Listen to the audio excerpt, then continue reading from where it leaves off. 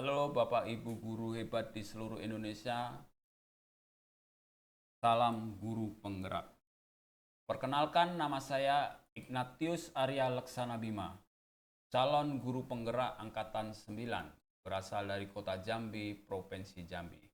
Pada kesempatan kali ini saya akan memaparkan tentang demonstrasi kontekstual yang berdasarkan dari pemikiran Ki Hajar Dewantara, yaitu pendidikan yang berpihak kepada murid. Pengajaran adalah bagian dari pendidikan. Pengajaran merupakan proses pendidikan dalam memberi ilmu atau berfaedah untuk kecakapan hidup anak secara lahir dan batin. Sedangkan pendidikan adalah tempat persemaian benih-benih kebudayaan dalam masyarakat. Sedangkan tujuan pendidikan yaitu menuntun segala kodrat yang ada pada anak-anak agar mereka dapat mencapai keselamatan dan kebahagiaan yang setinggi-tingginya, baik sebagai manusia maupun sebagai anggota masyarakat. Filosofi pendidikan KHD berikutnya yaitu tentang budi pekerti. Budi pekerti atau watak atau karakter merupakan perpaduan antara gerak pikiran, perasaan, dan kehendak atau kemauan sehingga menimbulkan tenaga. Proses pendidikan KHD di sini menekankan tiga hal utama, yaitu melatih panca indera, kehalusan budi, pekerti, dan kecerdasan.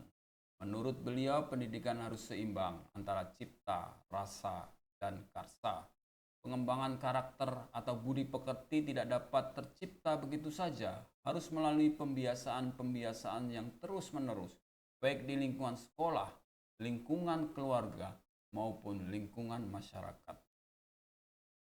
Sebagai seorang pendidik, kita harus terus berpegang kepada semboyan yang digaungkan oleh Ki Hajar Dewantara, yaitu Ing ngarsa sung tulodo, di depan memberikan contoh dan teladan. Ing madya mangun karso, di tengah memberikan semangat. Tut wuri handayani, di belakang memberikan dorongan dan motivasi. Dengan semboyan tersebut, kita sebagai seorang pendidik diharapkan mampu memberikan pendidikan yang berpihak dan menghamba pada murid dengan cara memberikan kenyamanan dan kemerdekaan belajar pada anak. Memberi kebebasan anak dalam menentukan kodratnya. Memanfaatkan teknologi dalam setiap pembelajaran. Melakukan asesmen diagnostik dan pemetaan bakat dan minat murid. Berinovasi dan selalu berpikir kreatif dengan menggali dari berbagai sumber. Mendesain dan menjalankan pembelajaran yang berpihak pada murid. Dan melakukan evaluasi dan refleksi sebagai upaya perbaikan kualitas pendidikan dan pengajaran. Implementasi dan refleksi saya terhadap pemikiran KHD adalah murid itu bukanlah kertas kosong. Murid kertas buram di atasnya terdapat tulisan coretan yang halus buram. Tugas kita untuk menebalkannya. Kemudian murid tidak tepat waktu baik ke sekolah maupun mengerjakan tugas bukanlah murid yang tidak memiliki tekad untuk belajar.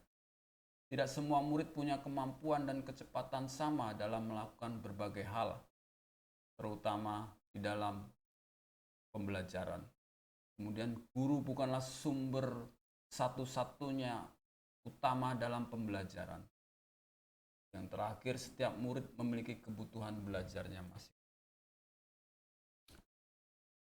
Tantangan yang sering dihadapi oleh saya atau penulis menjadikan proses tersebut sesuai dengan nilai-nilai alam dan tuntutan zaman, serta menjadi contoh teladan yang menginspirasi dan mendorong semangat murid. Kurangnya minat anak dalam pembelajaran. Kemudian solusi yang bisa diberikan, yang pertama, mengembangkan keterampilan yang relevan dengan perkembangan abad 21 dengan memanfaatkan teknologi yang ada. Kemudian yang kedua, memahami setiap karakteristik unik murid dan memanfaatkan pendekatan bermain sambil belajar akan membantu menciptakan pengalaman pembelajaran yang lebih alami sesuai dengan kodrat anak.